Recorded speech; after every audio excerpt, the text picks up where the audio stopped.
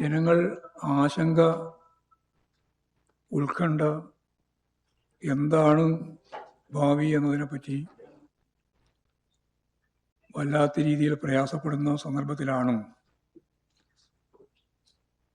വകുപ്പ് മേധാവികൾ, പ്രത്യേകിച്ച് ആരോഗ്യ മേഖലയുമായി DHSുമായി ബന്ധപ്പെട്ട് ഇന്നലെ നടക്കേണ്ടിയിരുന്ന അവലോകന യോഗം പോലും നടത്താൻ സാധിച്ചില്ല. ഇത് കേരളത്തിൻ്റെ ചരിത്രത്തിലെ ഒരു പുതിയ സംഭവമാണ്. ഇത്ര ഗുരുതരമായ തരത്തിലുള്ള ആരോഗ്യ പ്രശ്നം കൈകാര്യം ചെയ്യാൻ ഗവൺമെൻറ്റിനാവുന്നില്ല എന്നതിൻ്റെ ഏറ്റവും പ്രധാനപ്പെട്ട തെളിവാണ്. അവിടെ KJ റീനയായിരുന്നു ഡയറക്ടർ. ഗവൺമെൻറ്റിൻ്റെ താല്പര്യം വെച്ച് അവരെ സ്ഥലം മാറ്റുകയും തരം താഴ്ത്തുകയും ചെയ്തു. അവർ ട്രിബ്യൂണൽ പോയി, കോടതിയിൽ പോയി, അത് റദ്ദാക്കി ഓഫീസിലേക്ക് ഇന്നലെ പോയപ്പോൾ അവിടെ ഡോക്ടർ V. മീനാക്ഷി ഗവൺമെൻറ്റിൻ്റെ നിർദ്ദേശം അനുസരിച്ച് താൽക്കാലിക ഡയറക്ടറായിട്ട് കസേരയിലിരിക്കുകയാണ്. പത്രങ്ങൾ പറഞ്ഞത്, മാധ്യമങ്ങൾ പറഞ്ഞത്, ഇവർ രണ്ടുപേരും DHSൻ്റെ ഡയറക്ടർ ഓഫീസിൽ അപ്പുറവും ഇപ്പുറവും ഇരിക്കുന്ന നില ഉണ്ടായി എന്ന്. ഒരു നിലപാട് സ്വീകരിച്ച് നേരത്തെ പറഞ്ഞതുപോലെ ഒരു അവലോകന യോഗം പോലും കൃത്യമായി നടത്താൻ സാധിക്കാത്തൊരവസ്ഥ കേരളത്തിൻ്റെ ആരോഗ്യ മേഖലയുടെ ചരിത്രത്തിൽ ആദ്യത്തെ സംഭവമാണ്. ഇനി എങ്ങനെയാണ് ആ പ്രശ്നം പരിഹരിക്കുക എന്നുള്ളതിനെപ്പറ്റി ഒരു വ്യക്തതയില്ല. അപ്പോൾ ഞാൻ പറഞ്ഞു വരുന്നത്, പൊതുജനാരോഗ്യത്തെ അപകടപ്പെടുത്തുന്ന ഈ നീക്കം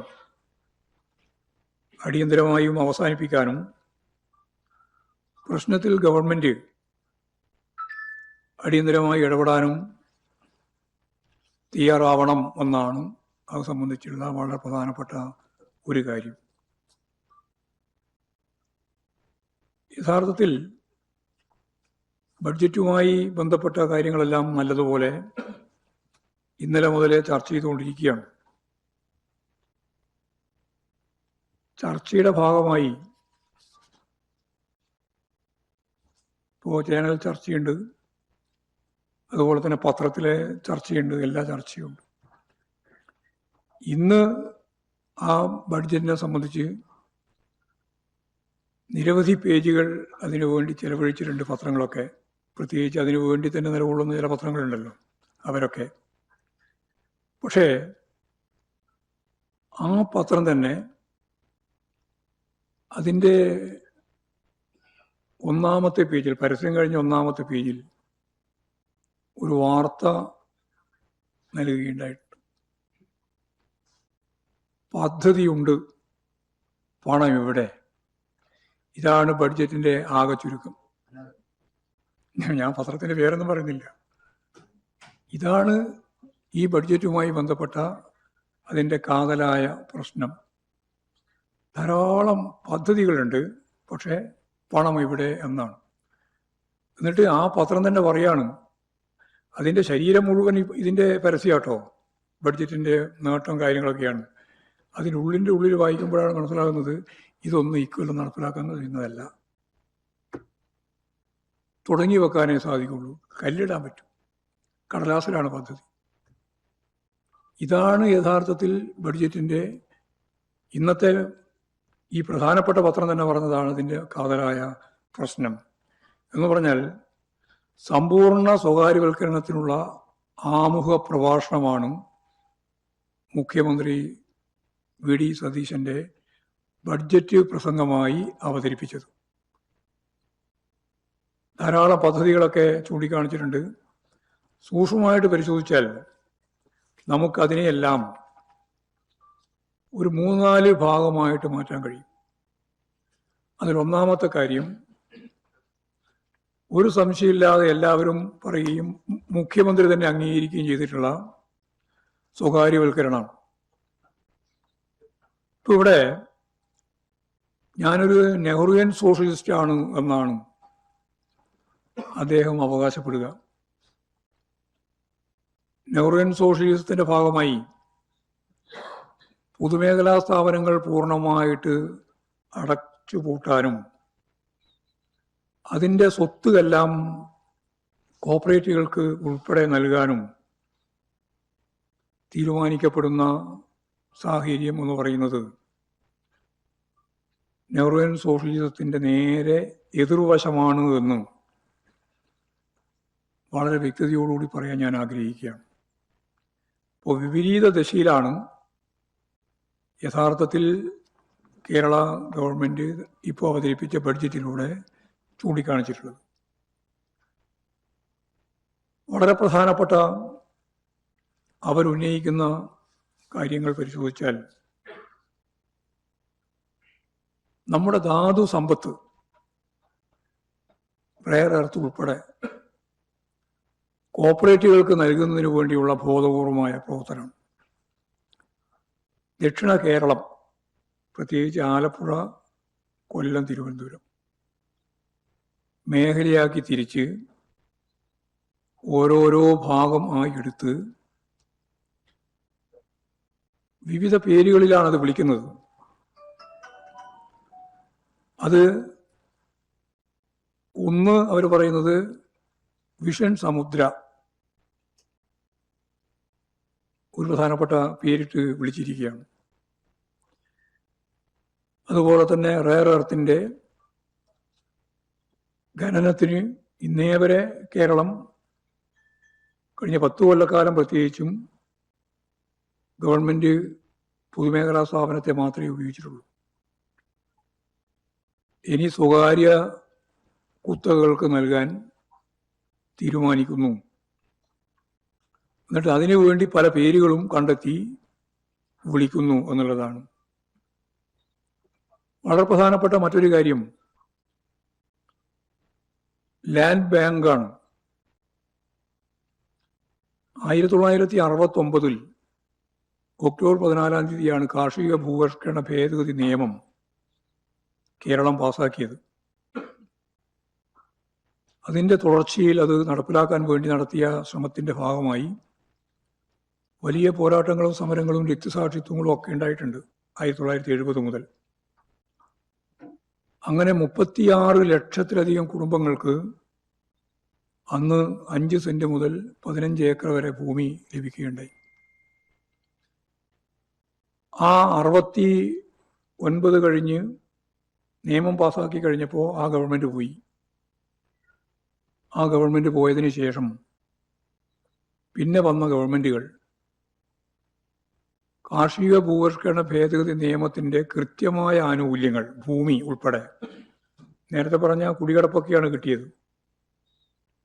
ലക്ഷക്കണക്കിന് ഭൂരഹിതരായ പട്ടികജാതി പട്ടികവർഗ വിഭാഗമുണ്ട്, ദരിദ്ര കൃഷിക്കാരുണ്ട്, കർഷക തൊഴിലാളികളുണ്ട്.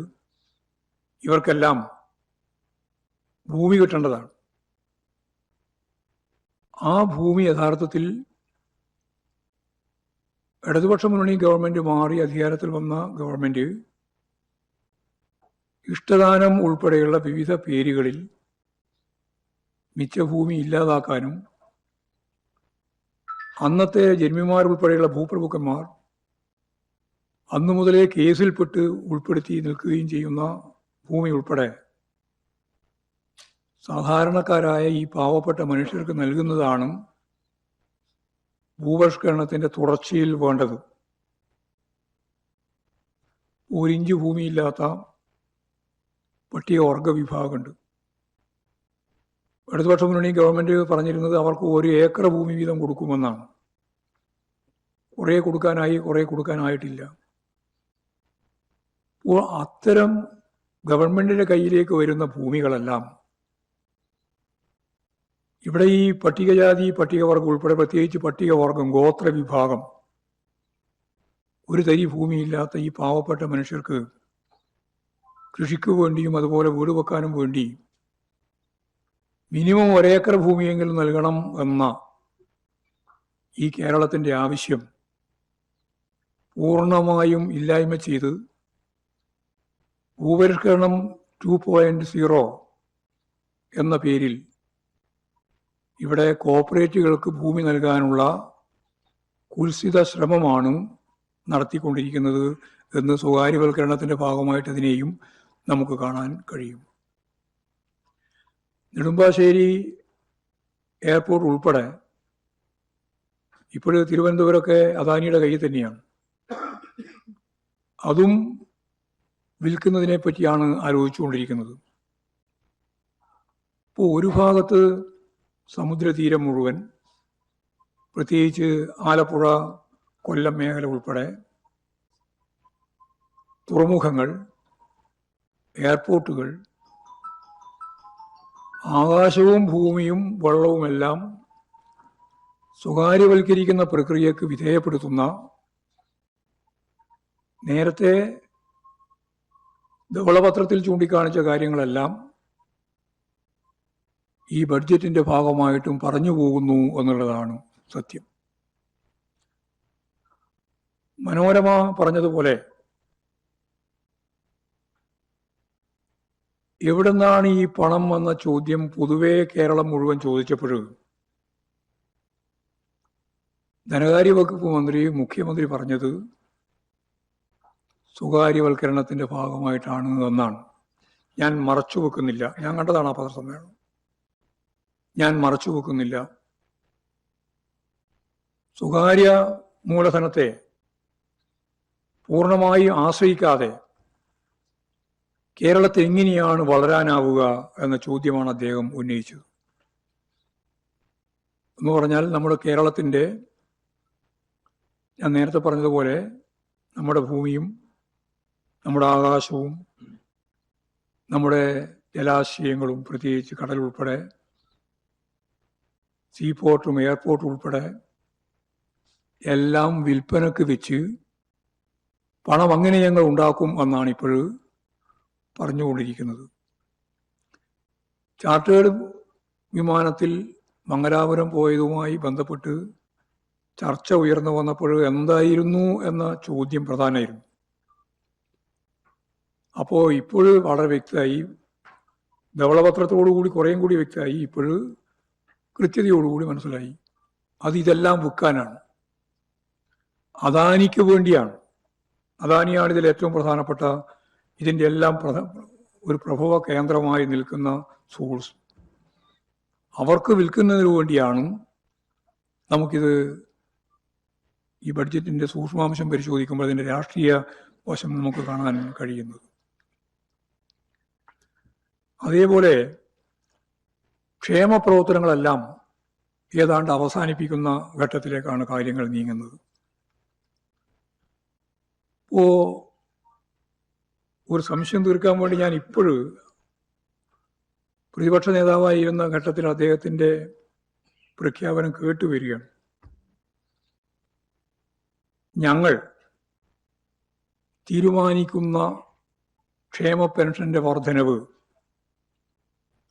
ഒന്നാമത്തെ ബഡ്ജറ്റിൽ അംഗീകരിക്കുമെന്നാണ് പറഞ്ഞത്. നിങ്ങൾ കേട്ടോ വേണമെങ്കിൽ,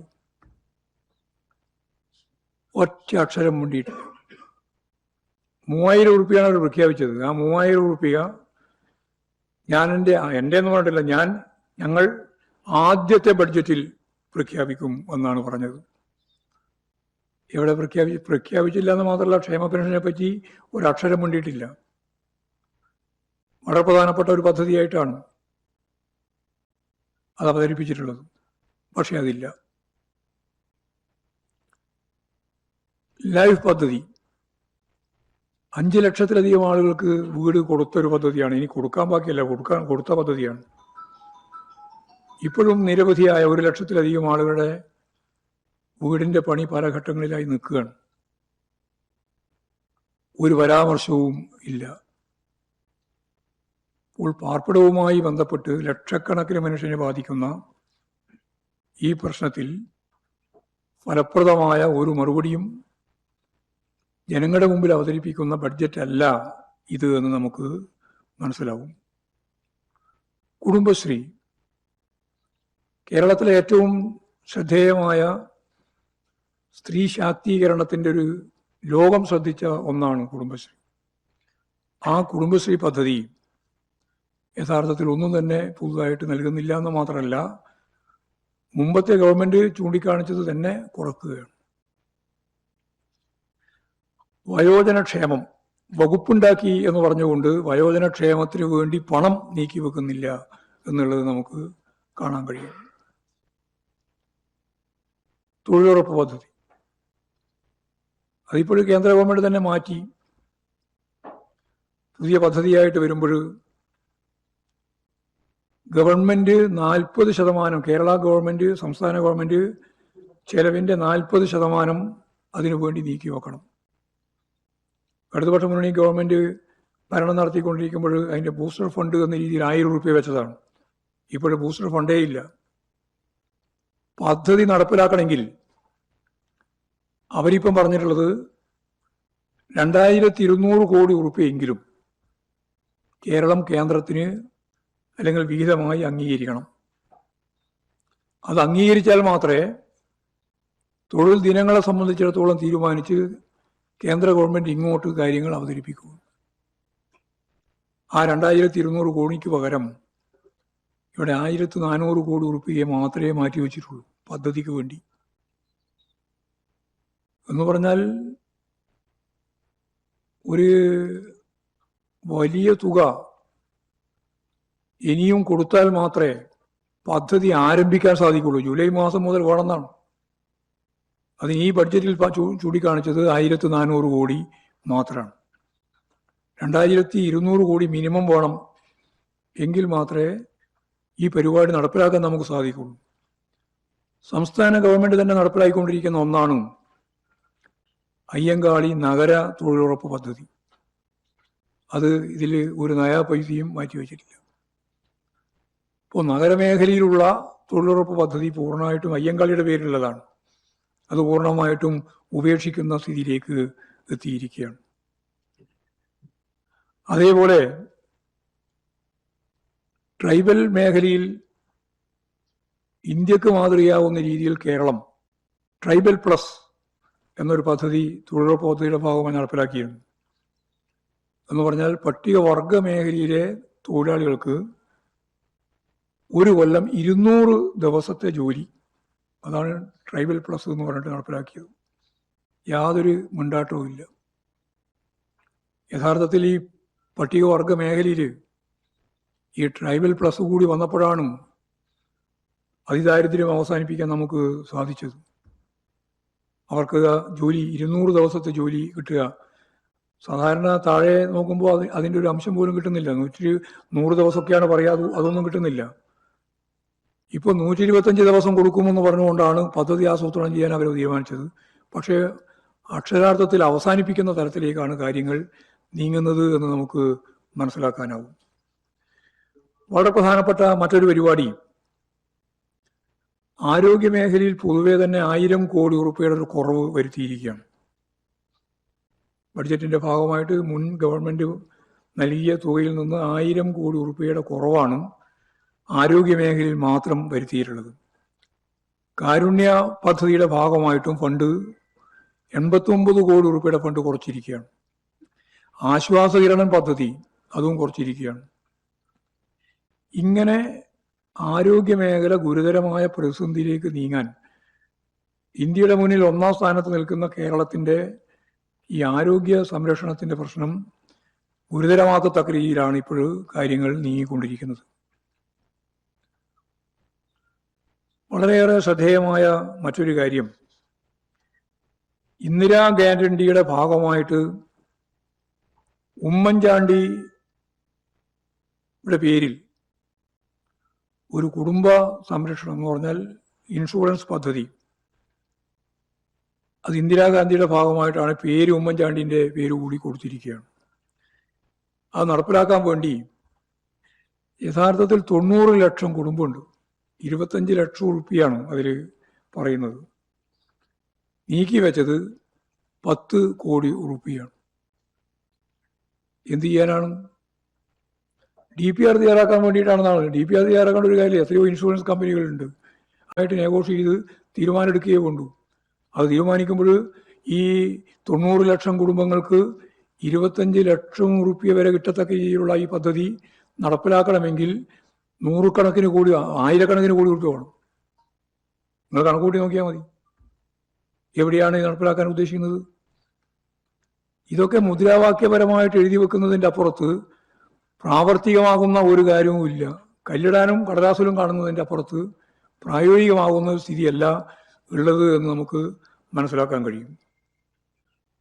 അതേപോലെ തന്നെ ഈ ഗവൺമെന്റ് വിദ്യാഭ്യാസ മേഖലയിൽ നടപ്പിലാക്കാൻ തീരുമാനിച്ച ഏറ്റവും പ്രധാനപ്പെട്ട ഒന്നാണ് ഈ PM ശ്രീ പദ്ധതി.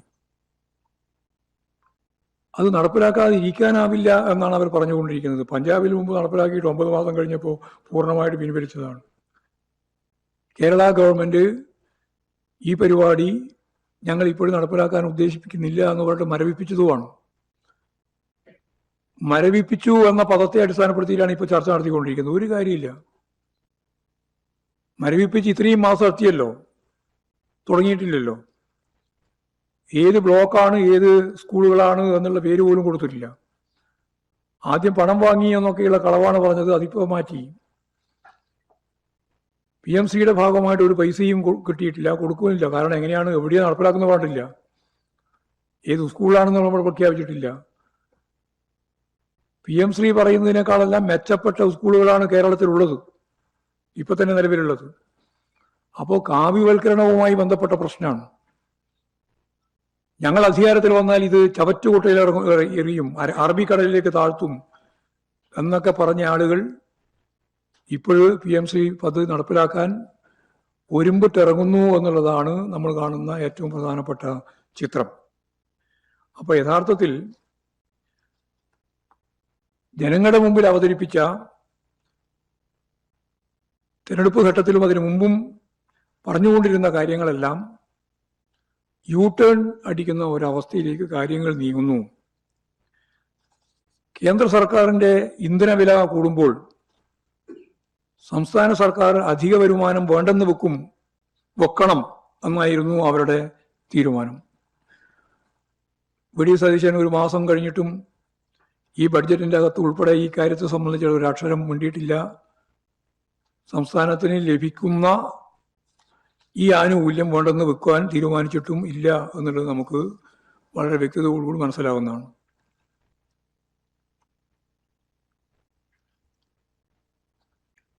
അതേപോലെ ജനക്ഷേമപരമായ നിലപാടുകളെ മുഴുവൻ അട്ടിമറിച്ച്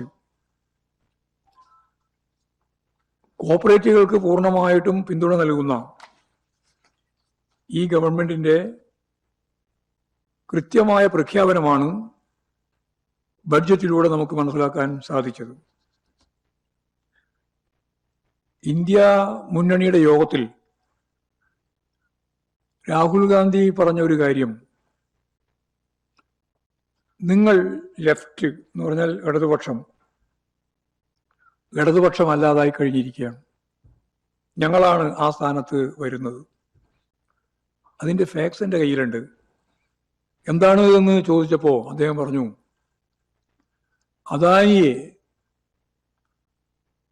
കേരളത്തിലേക്ക് കൊണ്ടുവന്ന് പോർട്ട് ഏൽപ്പിച്ചത് ഇതിന്റെ ഭാഗമാണ്.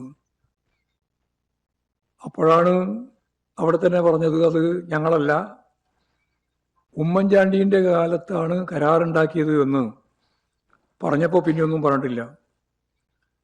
എന്ന് പറഞ്ഞാൽ ഞാൻ ഇതാണ് ഉദ്ദേശിക്കുന്നത്, ഞങ്ങളാണ് ലെഫ്റ്റ് എന്ന് ഇവിടെ വി.ഡി. സതീശനും അവിടെ രാഹുൽ ഗാന്ധിയും പറയുന്നതിന് യാതൊരു അടിസ്ഥാനമില്ല എന്ന് മാത്രമല്ല, വലതുപക്ഷത്തിന്റെ അങ്ങേയറ്റത്തെ ഉദാരവൽക്കരണ നിലപാടിന്റെ, സാമ്രാജ്യത്വവൽക്കരണത്തിന്റെ, സ്വകാര്യവൽക്കരണത്തിന്റെ പ്രധാനപ്പെട്ട ഉത്തരവാദിത്തമാണ് UDF ഗവൺമെന്റിന്റെ 1ാമത്തെ മാസം പ്രഖ്യാപിച്ചിട്ടുള്ള ബഡ്ജറ്റിൽ നമുക്ക് മനസ്സിലാക്കാൻ സാധിക്കുന്നത് എന്നുള്ളതാണ് വളരെ പ്രധാനപ്പെട്ട ഒരു കാര്യം.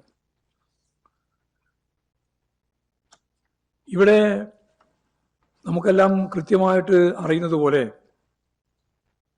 ജൻസി എന്ന പേരിൽ ഇപ്പോൾ ഇവിടെ വളരെ വലിയ ചർച്ച നടന്നുകൊണ്ടിരിക്കുന്ന ഒരു മേഖല അതാണ്. ആ പേരല്ലാതെ യുവാക്കൾക്ക് പ്രതീക്ഷ നൽകുന്ന ഒന്നും തന്നെ ഈ ബഡ്ജറ്റിൽ അവതരിപ്പിച്ചിട്ടില്ല എന്ന് നമുക്ക് കാണാൻ കഴിയും. Kerala startup mission, digital university, knowledge economy mission, കെയർഡിസ്ക് തുടങ്ങിയവയെ പറ്റി ഒരു പരാമർശം പോലും ഈ ബഡ്ജറ്റിന്റെ ഭാഗമായിട്ടില്ല. കഴിഞ്ഞ ബഡ്ജറ്റിൽ 150 കോടി റുപ്യ നീക്കിവെച്ച സ്റ്റാർട്ടപ്പ് മിഷൻ നമ്മുടെ കേരളത്തിന്റെ അഭിമാനകരമായ ഒരു പദ്ധതിയായിരുന്നു. നിരവധിയായ പദ്ധതികൾ അതുമായി ബന്ധപ്പെട്ട് നമ്മൾ നടപ്പിലാക്കിയിട്ടുള്ളതാണ്. സ്റ്റാർട്ടപ്പ് ഇന്നൊവേഷൻ ഹബ്ബ്, ഗവേഷണ കേന്ദ്രങ്ങൾ, സ്മാർട്ട് വ്യവസായം തുടങ്ങിയ മുഴുവൻ മേഖലയിലുമായി ബഡ്ജറ്റ് ആകെ മാറ്റിവെച്ചിട്ടുള്ളത് 50 കോടി രൂപ മാത്രമാണ്. കഴിഞ്ഞ ബഡ്ജറ്റ് ഞാൻ നേരത്തെ പറഞ്ഞ പോലെ സ്റ്റാർട്ടപ്പ് മിഷന് വേണ്ടി മാത്രം 150 കോടി മാറ്റിവെച്ചിരുന്നു. ജീവനക്കാരുടെ ശമ്പള പരിഷ്കരണവും ലീവ് സറണ്ടർ അതുപോലെ തന്നെ പെൻഷൻ പരിഷ്കാരങ്ങളെല്ലാം അട്ടിമറിക്കുന്ന രീതിയിലാണ് ബഡ്ജറ്റിന്റെ നിലപാട് എന്ന് നമുക്ക് മനസ്സിലാക്കാൻ സാധിക്കുന്നുണ്ട്. കാരണം അവരിതെല്ലാം വലിയ ബാധ്യതയായിട്ട് ഗവൺമെന്റ് ഏറ്റെടുക്കേണ്ടി വരുമെന്ന് അതിന്റെ ആമുഖത്തിൽ തന്നെ പറഞ്ഞു വെക്കുകയാണ്. സ്വാഭാവികമായി ലക്ഷക്കണക്കിന് ജീവനക്കാരെയും അവരുടെ ശമ്പള പരിഷ്കരണ പ്രതീക്ഷയെയും എല്ലാം അട്ടിമറിക്കുന്ന ലീവ് സറണ്ടർ ഉൾപ്പെടെ ഉള്ള മുഴുവൻ കാര്യങ്ങളും ഇപ്പോഴും നൽകാതിരിക്കുന്ന ഒരു സമീപനമാണ് ഇതിന്റെ ഭാഗമായി ഉണ്ടായിട്ടുള്ളത്.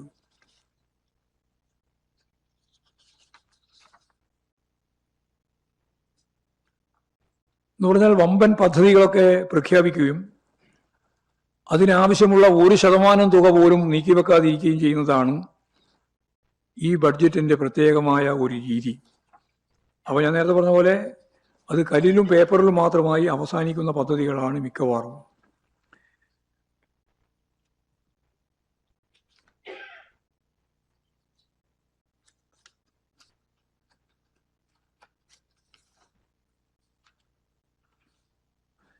വളരെ പ്രധാനപ്പെട്ട മറ്റൊരു കാര്യം, കേന്ദ്ര ഗവൺമെന്റ് കേരളത്തെ വലിയ രീതിയിൽ അവഗണിച്ചുകൊണ്ടിരിക്കുകയാണ്. ഒരുതരം സാമ്പത്തിക പ്രതിരോധം തന്നെയാണ്.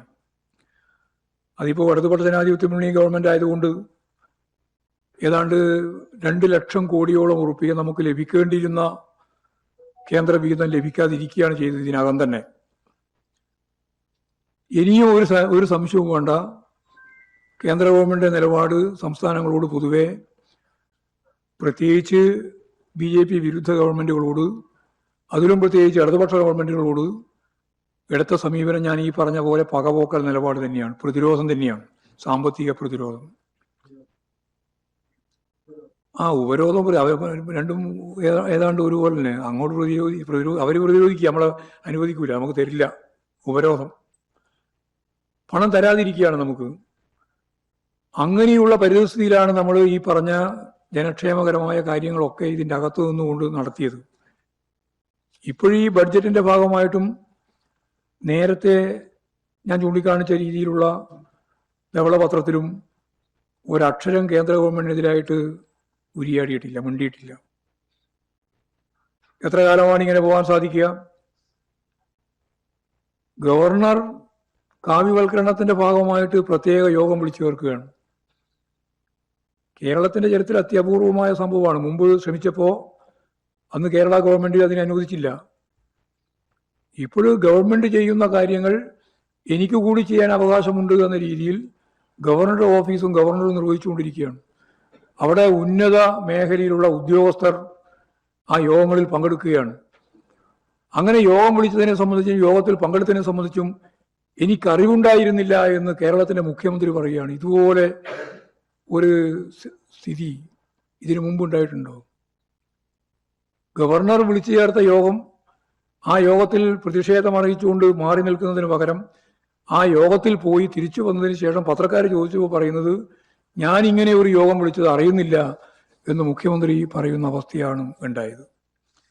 ഇതെല്ലാം കെടുകാര്യസ്ഥയുടെ അങ്ങേയറ്റാണ്. മുമ്പ് ഇങ്ങനെ യോഗം വിളിച്ചു ചേർത്തപ്പോൾ ഗവൺമെന്റ് തന്നെ അതിശക്തിയായിട്ട് അതിനെ എതിർക്കുകയും യോഗത്തിലേക്ക് പോകേണ്ടതില്ല എന്ന് തീരുമാനിക്കുകയും ചെയ്ത അനുഭവം നമ്മുടെ മുമ്പിലുണ്ട്. അപ്പോഴാണ് ഈ രീതിയിൽ കാവ്യവൽക്കരണവുമായി ബന്ധപ്പെട്ട് കാര്യങ്ങൾ അവതരിപ്പിക്കാൻ വേണ്ടി ഗവർണറുടെ ശ്രദ്ധയിൽ അവരുടെ കൃത്യമായ പ്രോഗ്രാമിൽ അതിൻ്റെ ഭാഗമായിട്ടുള്ള അജണ്ടയിൽ കേരള ഗവൺമെന്റ് കുടുങ്ങുന്നത് എന്നുള്ളത് ഗൗരവപൂർവം കാണേണ്ടതുണ്ട്. വൈസ് ചാൻസലർമാരെ നിയമിക്കുന്നതും സെനറ്റ് അംഗങ്ങളെ തീരുമാനിക്കുന്നതും പൂർണ്ണമായിട്ടും BJPയുടെ RSSന്റെ പ്രമുഖ വ്യക്തികളായി മാറുമ്പോഴും ഒരു പ്രതിഷേധവും മാറുന്നില്ല. എന്ന് പറഞ്ഞാൽ കേന്ദ്ര ഗവൺമെന്റിനെതിരായിട്ടുള്ള നിലപാടില്ല. ഗവർണർ കൈകാര്യം ചെയ്യുന്ന വിദ്യാഭ്യാസ മേഖലയിൽ ഉൾപ്പെടെയുള്ള നിരവധി തലങ്ങളിലുള്ള കാവ്യവൽക്കരണ പ്രക്രിയയിൽ പൂർണ്ണമായിട്ടും കൂട്ടുനിൽക്കുകയാണ്. പ്രതിഷേധിക്കാൻ പോലും വേണ്ടത്ര സാധിക്കുന്നില്ല എന്നുള്ളതാണ് നമ്മുടെ മുമ്പിലുള്ള പ്രധാനപ്പെട്ട പ്രശ്നം. പിന്നീട് ഇതിന്റെ ഭാഗമായിട്ട് അവർ പറഞ്ഞുകൊണ്ടിരുന്നത് കേരളത്തിന്റെ സാമ്പത്തിക പ്രതിസന്ധിയുടെ മുഴുവൻ കുറ്റവും LDF സർക്കാരിന്റെ ഭാഗമായിട്ടാണ് എന്നുള്ളതാണ്.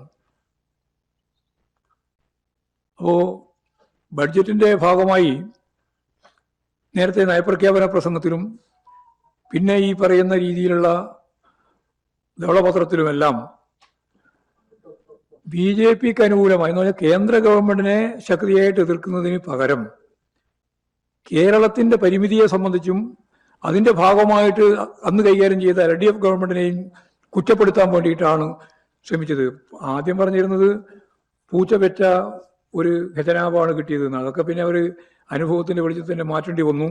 ആ മാറ്റിയിട്ട് ഇപ്പോഴും പറഞ്ഞുകൊണ്ടിരിക്കുന്നത് ഇങ്ങനെയാണ്. മാത്രമല്ല, സംസ്ഥാന ആസൂത്രണ ബോർഡിനെ ആസൂത്രണ ചുമതലയിൽ നിന്നും മാറ്റി ഉപദേശ സമിതി എന്ന രീതിയിൽ ഉണ്ടാക്കാനാണ് തിങ്ക് ടാങ്ക് എന്ന പുതിയ പേര് കൊടുത്ത് ഉപദേശിക്കുക. വേറെ കാര്യങ്ങളൊന്നും നിർവഹിക്കേണ്ടതില്ല എന്ന തലത്തിലേക്ക് കാര്യങ്ങൾ വരുന്നത്.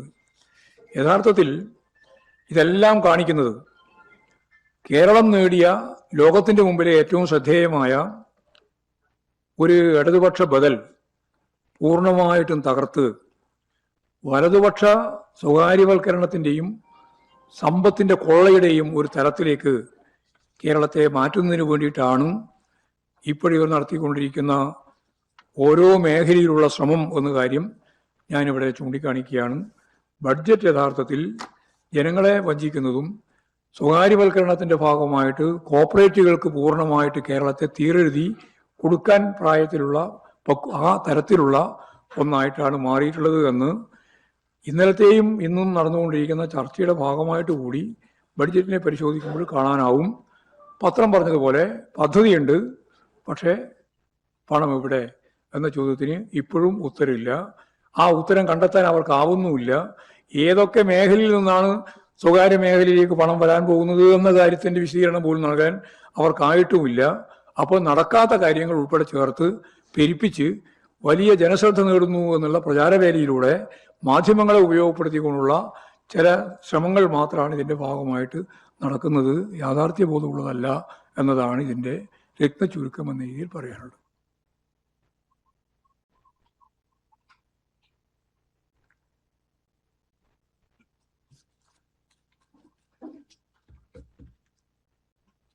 ഈ പണം കണ്ടെത്തുന്നതിന്റെ സ്വകാര്യ നിക്ഷേപത്തെ കുറിച്ച് പറയുന്നു.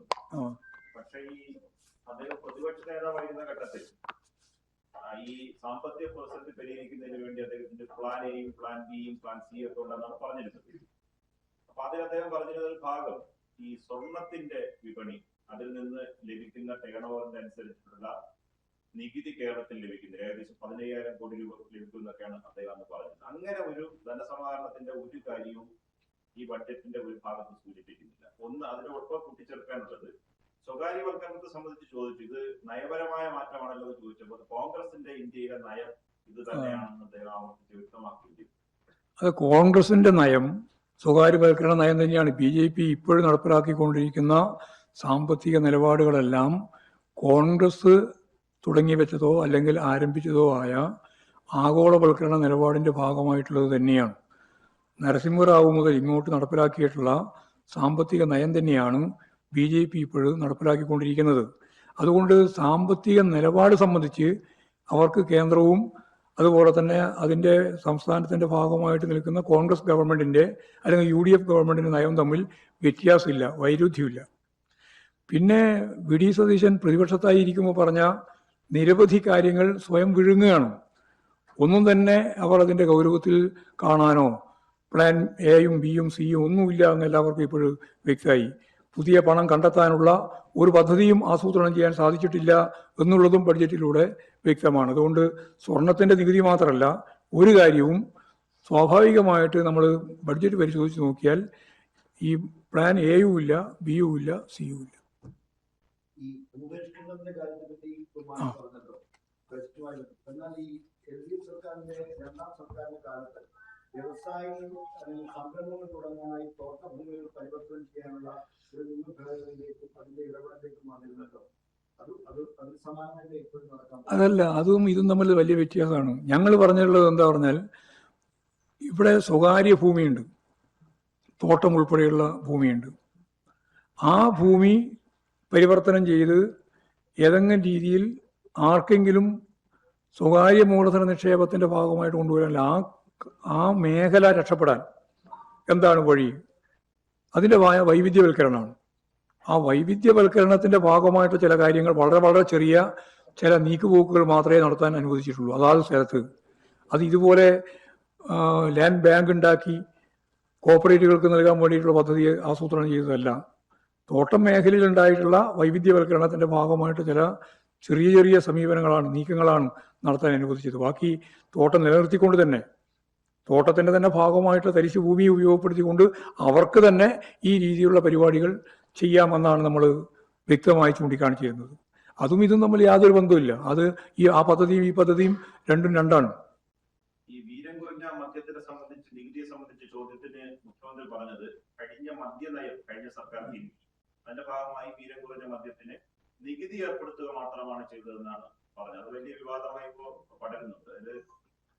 അല്ല, അത് വീര്യം കുറഞ്ഞ മദ്യം എന്നുള്ളത് കൊണ്ട് അന്ന് ഇടതുപക്ഷ മുന്നണി ഗവൺമെൻറ് ആലോചിച്ചത്, നമ്മൾ ഈ കശുവണ്ടി ഉണ്ടല്ലോ, അതിൻ്റെ മാങ്ങ, കശുമാങ്ങ, ആ കശുമാങ്ങയ്ക്ക് ഉപയോഗിച്ചുകൊണ്ടുള്ള വീര്യം കുറഞ്ഞ മദ്യത്തെ സംബന്ധിച്ചാണ്. ഇത് അതല്ല.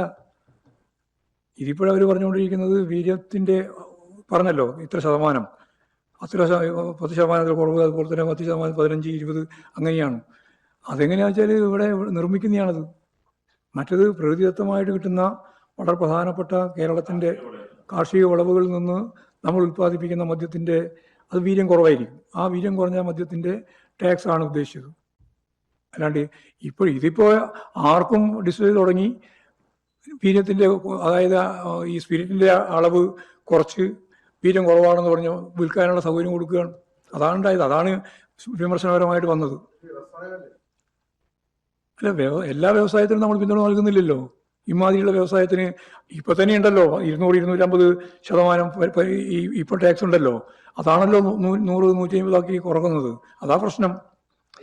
മറിച്ച് നേരത്തെ പറഞ്ഞതുപോലെ കാർഷിക ഉൽപ്പന്നങ്ങളിൽ നിന്ന് വീര്യം കുറഞ്ഞ മദ്യം ഉണ്ടാക്കി വിൽക്കുന്നുണ്ടെങ്കിൽ അത് കൃഷിക്കാർക്ക് കൂടി ഗുണം ചെയ്യുന്ന പദ്ധതിയാണ്.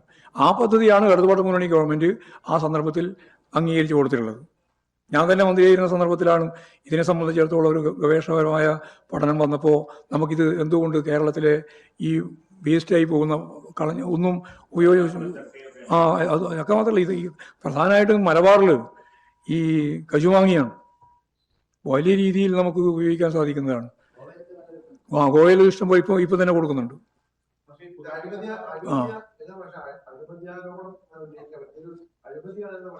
അഴിമതി നടത്താനുള്ള ഒരു പശ്ചാത്തലം ഒരുക്കും എന്നുള്ളത് മാത്രമേ ഉള്ളൂ. ഇപ്പം തന്നെ അഴിമതി എന്ന് പറയേണ്ട കാര്യം, അത് തുടങ്ങിയിട്ടേ ഉള്ളൂ. തുടങ്ങാൻ പോകുമ്പോൾ അതിനുള്ള സാധ്യതയുണ്ട്. അതാണ് പറഞ്ഞത്.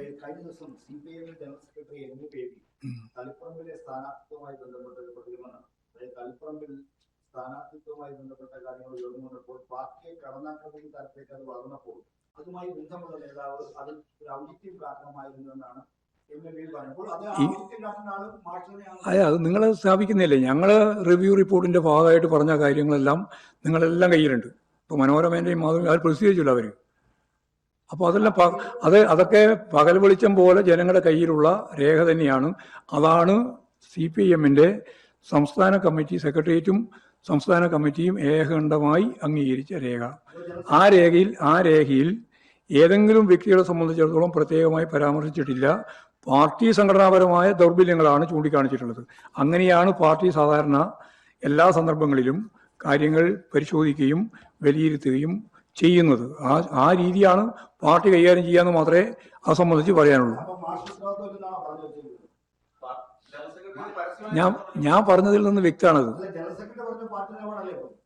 പാർട്ടി നിലപാടിന്റെ ഭാഗമായിട്ടുള്ള റിവ്യൂ റിപ്പോർട്ടുമായിട്ട് ബന്ധപ്പെട്ട കാര്യമാണ് ഞാൻ പറഞ്ഞത്. പിന്നെ നിങ്ങളിങ്ങനെ ഓരോന്നും തിരിച്ചെടുക്കുകയാണ്. അങ്ങനെയൊന്നും ബേബി പറഞ്ഞ കാര്യത്തിൻ്റെ അകത്ത് വേറെ എന്തെങ്കിലും കാര്യം ഞാനിതുമായി ബന്ധപ്പെട്ട് പറയാൻ ഉദ്ദേശിക്കുന്നില്ല.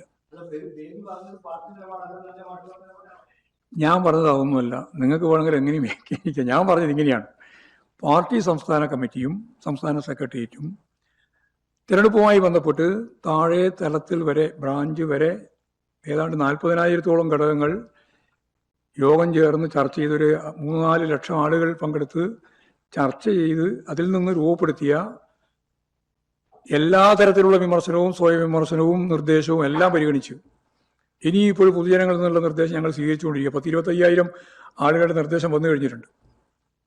അതൊക്കെ ഞങ്ങൾ ഈ അനുഭവത്തിന്റെ വെളിച്ചത്തിൽ ഇനി മുമ്പോട്ടേക്ക് പോകാൻ എക്സ്റ്റൻഡ് സ്റ്റേറ്റ് കമ്മിറ്റി യോഗത്തിന്റെ ഭാഗമായി കർമ്മ പദ്ധതി തയ്യാറാക്കുമ്പോൾ ആ കർമ്മ പദ്ധതിയുടെ ഭാഗമായി ആ കാര്യം കൂടി ശരിയായ രീതിയിൽ തയ്യാറാക്കി മുമ്പോട്ടേക്ക് പോകും.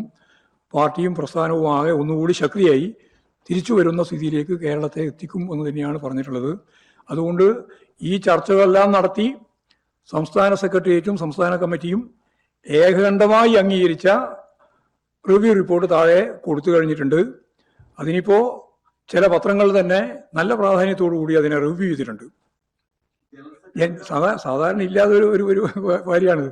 അവരാണെങ്കിൽ അത് ഞങ്ങൾ നൽകിയ രേഖയുടെ ആദ്യ ഭാഗം ഉൾപ്പെടെ അവരെ നമ്മൾ കാണിച്ചിട്ടുമുണ്ട്. എന്ന് പറഞ്ഞാൽ ഞങ്ങൾ കയ്യിൽ ഇതുണ്ട് എന്നാണ്. അവരുടെ കയ്യിലുണ്ടത് രേഖ.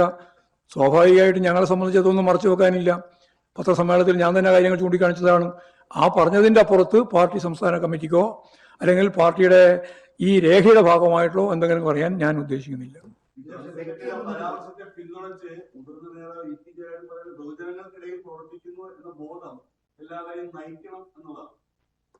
അതന്നെ, അതൊക്കെ ഞങ്ങൾക്കല്ലേ ഉള്ള ബോധമല്ലേ. എല്ലാവർക്കും ഉള്ള ബോധം തന്നെയത്. ശരി.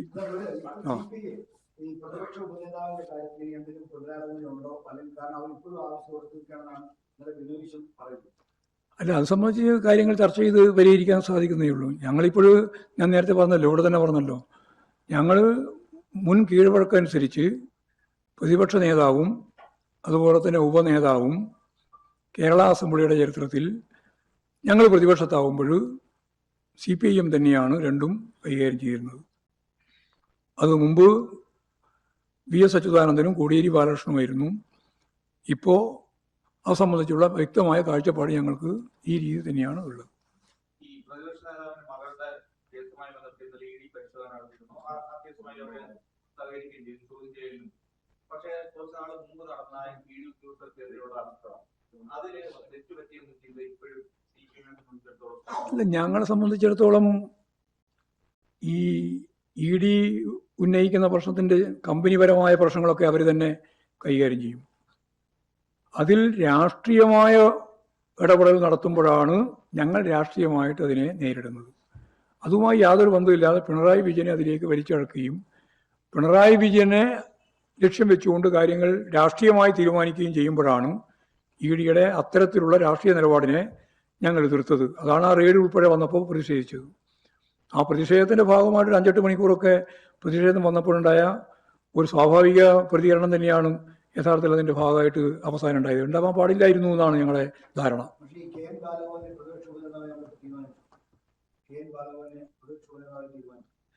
പ്രതിപക്ഷ ഉപനേതാവായി ആര് തീരുമാനിച്ചോന്നും അല്ല, പാർട്ടിക്ക് തീരുമാനിക്കാനുള്ള അവകാശം ഉണ്ട് എന്നാണ് ഞങ്ങളിപ്പോൾ പറയുന്നത്. അല്ലാണ്ട് തീരുമാനിച്ചിട്ടില്ല. തീരുമാനിക്കാനുള്ള അവകാശം ഞങ്ങൾക്കുണ്ട്, അത്രയേ ഉള്ളൂ. അതുകൊണ്ട് ഓരോ സംഭവിക്കില്ലല്ലോ. കാര്യങ്ങളൊക്കെ നല്ലപോലെ തുറന്നു കാണിച്ച് പ്രതിപക്ഷത്തിൻ്റെ ദൗത്യം നല്ലതുപോലെ നിർവഹിക്കാൻ ഈ 2 സമ്മേളനത്തിൻ്റെയും ഭാഗമായിട്ട് സാധിച്ചല്ലോ. മാത്രമല്ല ഗവൺമെന്റിന്റെ ഒരു മാസം കൊണ്ട് ഇതുപോലെ ഇത്ര ജനവിരുദ്ധമായ നിലപാടിലേക്കാണ് കാര്യങ്ങൾ നീങ്ങുന്നത് എന്ന് തുറന്നു കാണിക്കാൻ കഴിഞ്ഞ മറ്റൊരു ഗവൺമെന്റ് ചരിത്രത്തിൽ ഉണ്ടായിട്ടില്ല. പക്ഷെ ഒരു കാര്യം, ഈ സൗജന്യ ഇന്ദിരാ ഗ്യാരണ്ടിയിലെ ഏറ്റവും പ്രധാനപ്പെട്ട കാര്യമായിരുന്നു സൗജന്യ യാത്ര. അത് സമ്പൂർണ്ണ സൗജന്യ യാത്ര ഇപ്പോ ഓർഡിനറി ബസ്സുകളിൽ മാത്രമായി ചുരുക്കിയിട്ടുണ്ട്.